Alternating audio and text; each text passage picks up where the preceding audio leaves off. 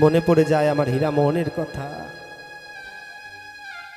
আমার হীরামোহন পাগল একদিন মাছ ধরতে গেছে। শহীদ তার গ্রামের কিছু লোক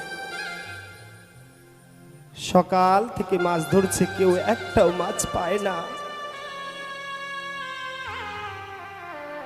এমন সময় দুপুর বেলায় আমার হীরামোহন পাগল বড় একটা আর মাছ পেয়েছে। জল থেকে যখন ডাঙায় তুলেছে, জল থেকে যখন মাছ তোলা হয়, মাছ কেমন করে অক্সিজেনের জন্য এমন করে না? পুনরায় মাছটাকে আবার জলে ছেড়ে দিয়েছে। সবাই এসে বলছে, হিরে রে, ও হীরামোহন,